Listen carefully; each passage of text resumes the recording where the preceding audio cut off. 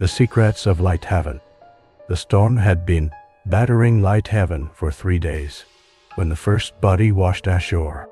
Margaret Finch, the town librarian, was found tangled in seaweed at dawn, her spectacles still perched on her nose as if she'd simply been reading the waves. The lookout constable, a nervous man named Peters, declared it an accidental slip on the wet rocks. Perhaps but Ava Hawthorne knew better. She'd seen Margaret just yesterday, clutching a leather-bound journal and muttering about finding the truth at last. Ava, the only bookstore in Lighthaven. A cramped affair wedged between the fishmonger and a pub that hadn't seen a customer since the last tourist season. She had an eye for detail that came from years of cataloging rare editions, and a wit sharp enough to cut through the fog that perpetually shrouded their clifftop town. When she heard about Margaret's death, she felt that familiar itch, the same one that made her stay up all night reading detective novels until her eyes burned. That's when Thomas Whitmore appeared at her door, rainwater dripping from his gray beard like tears. He'd been the best detective in the county before retirement forced him to this forgotten corner of the coast, where he spent his days walking his arthritic terrier and pretending he didn't miss the thrill of the chase. But Margaret's death had awakened something in him too.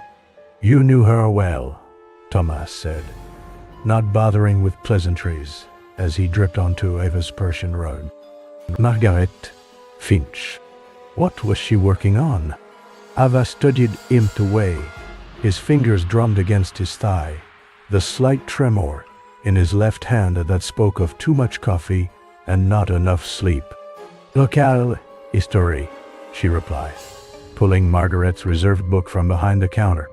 Specifically, the Pemberton Family Archives pair. She'd been recasting everything I could find about them for weeks.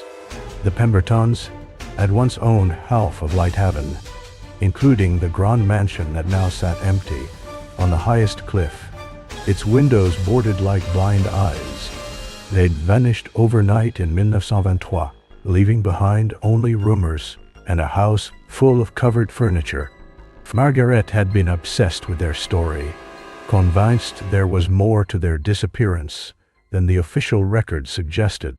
Strange timing, Thomas nosed, flipping through the genealogical charts Margaret had been studying. 3 more people have gone missing in the past month. All of them had been asking questions about the old families. Ava felt a chill that had nothing to do with the perpetual dampness of her shop. What kind of questions? Property records, mostly. Deeds, wills, that sort of thing. As if someone's been trying to trace ownership of something specific. Thomas' detective instinct were clearly steering, despite his retirement. Care to help an old man poke around where he doesn't belong. Their investigation began at the Pemberton Mansion, now owned by the town council but never opened to the public. The current mayor, a smooth-talking man named Cornelius Black, who'd arrived in Lighthaven just 5 years ago, claimed the building was structurally unsound, but Ava noticed he wore expensive suit that seemed out of place in their humble fishing village, and his story about inheriting money from a distant aunt changed every time someone asked. Breaking into the mansion proved easier than expected. Back door's lock had been recently oiled, suggesting they weren't the first recent visitors. Inside, dust sheets covered antique furniture like ghosts at a dinner party. But there were footprints in the dust, leading to a particular bookshelf that had been disturbed. Behind leather-bound volume of poetry, they found a hidden compartment containing documents that made Ava's heart race. The papers revealed that the Pembertons hadn't fled in disgrace, been murdered by a group of local businessmen who wanted their land for development. The conspiracy had been covered up by bribing the sheriff and destroying records, but the Pembertons had hidden proof of their legitimate claim to not just the mansion, but to most of the valuable waterfront property in Lighthaven. Someone's been systematically eliminating anyone who might stumble onto this, Thomas realized, studying the faded photographs and property deeds. Margaret, the missing people thief, were all getting too close to uncovering the truth.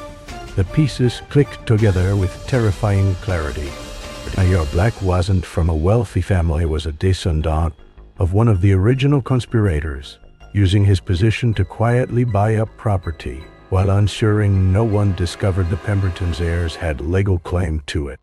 The recent development project he'd been pushing, the luxury resort that would transform Lighthaven from a forgotten fishing village into a tourist destination, would be worth millions if he could acquire the waterfront legally. But their investigation hadn't gone unnoticed. As they prepared to leave the mansion, footsteps echoed in the hall outside. Ava grabbed Thomas's arm, and they slipped deeper into the house, eventually finding themselves in the mansion's tower room, where rain lashed against tall windows, and the storm seemed to howl with the voices of the long-dead Pembertons. Mayor Black appeared in the doorway, with two men Ava recognized as his security consultants, outsiders who'd arrived with him and never seemed to have legitimate jobs. His usual politician smile was gone, replaced by something cold and calculating.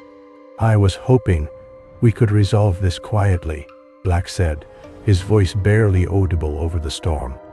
"But you've made that impossible." What he hadn't counted on was Ava's preparation. She'd sent copies of everything they'd found to 3 different newspapers and the state attorney general before coming to the mansion, with instructions to publish if she didn't check in by morning.